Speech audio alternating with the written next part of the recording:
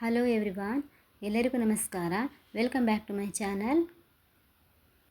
Friends, ಇವತ್ತು ನಾನು ಬಸ್ಸಾರು ರೆಸಿಪಿಯನ್ನು ತೋರಿಸ್ತಾ ಇದ್ದೀನಿ. ನಾನಿಲ್ಲಿ ಗಣಕೆ ಸೊಪ್ಪಿನಿಂದ ಬಸ್ಸಾರನ್ನು ಮಾಡ್ತಾಯಿದ್ದೀನಿ. ನೀವು ಬೇರೆ ಸೊಪ್ಪುಗಳಿಂದನೂ ಕೂಡ ಬಸ್ಸಾರುಗಳನ್ನು ಮಾಡ್ಕೊಳ್ಬೋದು. ಈ ಗಣಕೆ ಸೊಪ್ಪು ಅನ್ನೋದು ಆರೋಗ್ಯಕ್ಕೆ ತುಂಬ ಒಳ್ಳೆಯದು.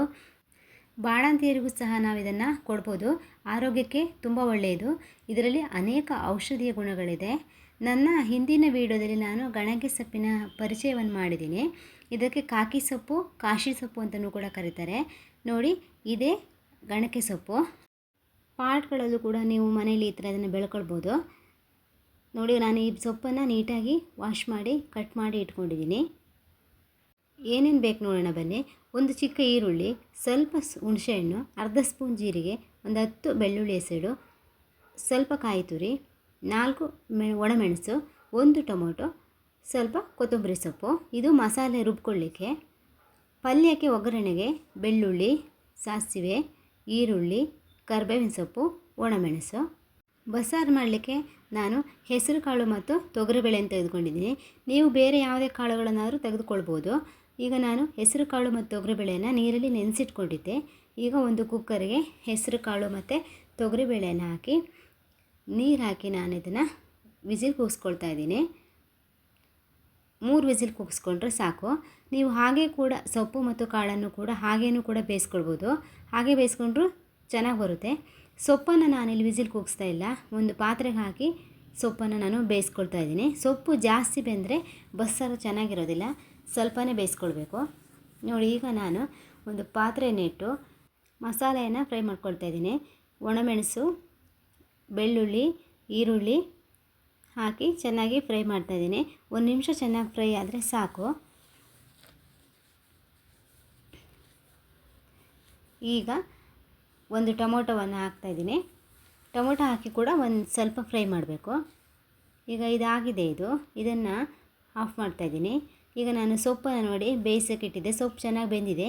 ಇದಕ್ಕೆ ನಾನು ಬೇಯಿಸ್ಕೊಂಡಿರ್ತಕ್ಕಂಥ ಹೆಸರು ಕಾಳು ಮತ್ತು ತೊಗರಿಬೇಳೆಯನ್ನು ಹಾಕ್ತಾಯಿದ್ದೀನಿ. ಈಗ ನಾವು ಮಸಾಲೆಯನ್ನು ರುಬ್ಕೊಳ್ಬೇಕು. ಮಸಾಲೆಯನ್ನು ರುಬ್ಬಲಿಕ್ಕೆ ನಾನು ಫ್ರೈ ಮಾಡಿ ಇಟ್ಕೊಂಡಿರ್ತಕ್ಕಂಥ ಮಸಾಲೆ ಪದಾರ್ಥಗಳನ್ನು ಹಾಕ್ತಾಯಿದ್ದೀನಿ. ಹಾಗೆ ಹೆಚ್ಕೊಂಡಿರ್ತಕ್ಕಂಥ ಕಾಯಿ ತುರಿ, ಹುಣಸೆಹಣ್ಣು, ಕೊತ್ತಂಬರಿ ಸೊಪ್ಪನ್ನು ಹಾಕ್ತಾಯಿದ್ದೀನಿ. ಹಾಗೆ ನಾವು ಬೇಯಿಸ್ಕೊಂಡಿರ್ತಕ್ಕಂಥ ಸೊಪ್ಪು ಮತ್ತು ಕಾಳಿದೆಯಲ್ಲ, ಅದನ್ನು 1 ಮುಷ್ಟಿ ಆಗೋಷ್ಟು ಹಾಕಬೇಕು. ಬಸ್ಸಾರಿಗೆ ಈ ರೀತಿ ಸೊಪ್ಪು ಮತ್ತು ಕಾಳನ್ನು ಹಾಕಿದಾಗಲೇ ಟೇಸ್ಟ್ ಬರೋದು. ಜೀರಿಗೆ ಮತ್ತು ಸಾಂಬಾರು ಪೌಡ್ರನ್ನ ಹಾಕ್ತಾಯಿದ್ದೀನಿ. ಸಾಂಬಾರು ಪೌಡ್ರ್ ಇಲ್ಲ ಅಂದರೆ ನೀವು ಮೆಣಸನ್ನೇ ಉಪಯೋಗಿಸ್ಕೊಳ್ಬೋದು. ಈಗ ನೋಡಿ, ಇದನ್ನು ನೀಟಾಗಿ ರುಬ್ಕೊಬಂದಿದ್ದೀನಿ. ಈಗ ನಾವು ಬೇಯಿಸ್ಕೊಂಡಿರ್ತಕ್ಕಂಥ ಈ ಸೊಪ್ಪು ಮತ್ತು ಕಾಳುಗಳನ್ನು ನಾವು ಬಸ್ಕೊಳ್ಬೇಕು. ನಾನು ಬಸ್ಕೊಂಡಿದ್ದೀನಿ ನೋಡಿ. ಸೊಪ್ಪು ಬೇರೆ ಮತ್ತು ಬಸ್ತಿರ್ತಕ್ಕಂಥ ನೀರು ಬೇರೆ ಮಾಡ್ಕೊಂಡಿದ್ದೀನಿ. ಈಗ ನಾವು ಸಾಂಬಾರಿಗೆ ಒಗ್ಗರಣೆ ಮಾಡಬೇಕು. 3 ಟೇಬಲ್ ಸ್ಪೂನ್ ಎಣ್ಣೆಯನ್ನು ಹಾಕಿ, ಎಣ್ಣೆ ಚೆನ್ನಾಗಿ ಕಾದ ನಂತರ ಸಾಸಿವೆನ ಹಾಕ್ತಾಯಿದ್ದೀನಿ. ಸಾಸಿವೆ ಚೆನ್ನಾಗಿ ಚಟಪಟ ಸಿಡಿದ ನಂತರ ಬೆಳ್ಳುಳ್ಳಿ, ಒಣಮೆಣಸು, ಕರಿಬೇವಿನ ಸೊಪ್ಪನ್ನು ಹಾಕಿ ಫ್ರೈ ಮಾಡ್ತಾಯಿದ್ದೀನಿ. ಈಗ ನಾವು ಬಸ್ಕೊಂಡಿರ್ತಕ್ಕಂಥ ನೀರನ್ನು ಇದಕ್ಕೆ ಹಾಕಬೇಕು. ಬೇಳೆ ಮತ್ತು ಕಾಳು ಬೇಯಿಸಿರ್ತಕ್ಕಂಥ ನೀರು. ಈ ನೀರನ್ನು ಹಾಕಿ ಹಾಗೆ ಈಗ ರುಬ್ಬಿಕೊಂಡಿರ್ತಕ್ಕಂಥ ಮಸಾಲೆಯನ್ನು ಹಾಕ್ತಾಯಿದ್ದೀನಿ. ಈಗ ಇದಕ್ಕೆ ನಾವು ನೀರನ್ನು ಆ್ಯಡ್ ಮಾಡ್ಕೊಳ್ಬೇಕು. ಈ ಬಸ್ಸಾರು ಅನ್ನೋದು ತೆಳುವಾಗಿದ್ರೇ ಚೆಂದ. ಹಾಗಾಗಿ ಇದಕ್ಕೆ ನೀವು ನೀರನ್ನು ಆ್ಯಡ್ ಮಾಡ್ಕೊಳ್ಳಿ. ತೆಳುವಾಗಿರಬೇಕು. ನಾನು ತೋರಿಸ್ತಾ ಇದ್ದೀನಲ್ಲ, ಈ ಹದಕ್ಕಿದ್ದರೆ ಓಕೆ. ಈಗ ನಾನು ರುಚಿಗೆ ತಕ್ಕಷ್ಟು ಉಪ್ಪನ್ನು ಹಾಕಿ ಇದನ್ನು ಸಾಂಬಾರನ್ನು ಕುದಿಸ್ಕೊಳ್ಬೇಕು. ಇದನ್ನು ಒಂದು 10 ನಿಮಿಷಗಳ ಕಾಲ ನೀವು ಈ ಥರ ಪ್ಲೇಟ್ ಮುಚ್ಚಿ ಕುದಿಸ್ಕೊಳ್ಬೇಕು. ನೋಡಿ, ಈಗ ನಮ್ಮ ಸಾಂಬಾರು ಚೆನ್ನಾಗಿ ಕುದೀತಾ ಇದೆ. ಈಗ ನಮ್ಮ ಬಸ್ಸಾರು ಅನ್ನೋದು ಸಾಂಬಾರು ರೆಡಿಯಾಗಿದೆ. ಈಗ ನಾವು ಪಲ್ಯವನ್ನು ಮಾಡ್ಕೊಳ್ಬೇಕು. ಪಲ್ಯ ಮಾಡಲಿಕ್ಕೆ ನಾನು 3 ಟೇಬಲ್ ಸ್ಪೂನ್ ಎಣ್ಣೆನ ಹಾಕಿ, ಎಣ್ಣೆ ಕಾದ ನಂತರ ಸಾಸಿವೆ, ಬೆಳ್ಳುಳ್ಳಿ, ಒಣಮೆಣಸನ್ನು ಹಾಕಿ ಫ್ರೈ ಮಾಡ್ತಾಯಿದ್ದೀನಿ. ಈಗ ಕರಿಬೇವಿನ ಸೊಪ್ಪನ್ನು ಹಾಕಿದ್ದೀನಿ. ಈಗ ನಾನು ಹೆಚ್ಚಿಕೊಂಡಿರ್ತಕ್ಕಂಥ ಈರುಳ್ಳಿಯನ್ನು ಹಾಕಿ ಫ್ರೈ ಮಾಡಬೇಕು. ಈರುಳ್ಳಿ 1 ನಿಮಿಷಗಳ ಕಾಲ ಫ್ರೈ ಆದರೆ ಸಾಕು. ಈಗ ನೋಡಿ, ಈರುಳ್ಳಿ ಎಲ್ಲ ಚೆನ್ನಾಗಿ ಫ್ರೈ ಆಗಿದೆ. ಈಗ ನಾವು ಬಸ್ಕೊಂಡಿರ್ತಕ್ಕಂಥ ಸೊಪ್ಪು ಮತ್ತು ಕಾಳನ್ನು ಹಾಕ್ತಾಯಿದ್ದೀನಿ. ಸೊಪ್ಪು ಕಾಳನ್ನು ಹಾಕಿ ಚೆನ್ನಾಗಿ ಮಿಕ್ಸ್ ಮಾಡಬೇಕು.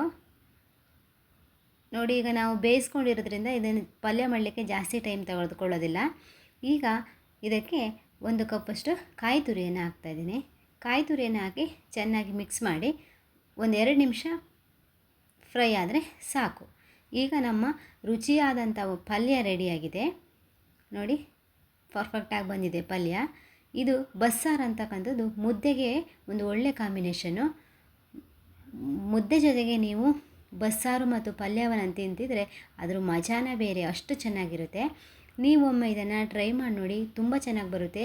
ಈ ಗಣಕೆ ಸೊಪ್ಪಿಗೆ ಈ ರೀತಿ ಕಾಳುಗಳನ್ನು ಹಾಕಿ ಮಾಡೋದ್ರಿಂದ ಗಣಕೆ ಸೊಪ್ಪಿನ ಬಸ್ಸಾರನ್ನು ಮಾಡಿದ್ರೆ ಒಂದು ಸ್ವಲ್ಪನೂ ಕೂಡ ಕಹಿ ಅನ್ನೋದು ಬರಲ್ಲ, ತುಂಬ ಟೇಸ್ಟಾಗಿ ಬರುತ್ತೆ.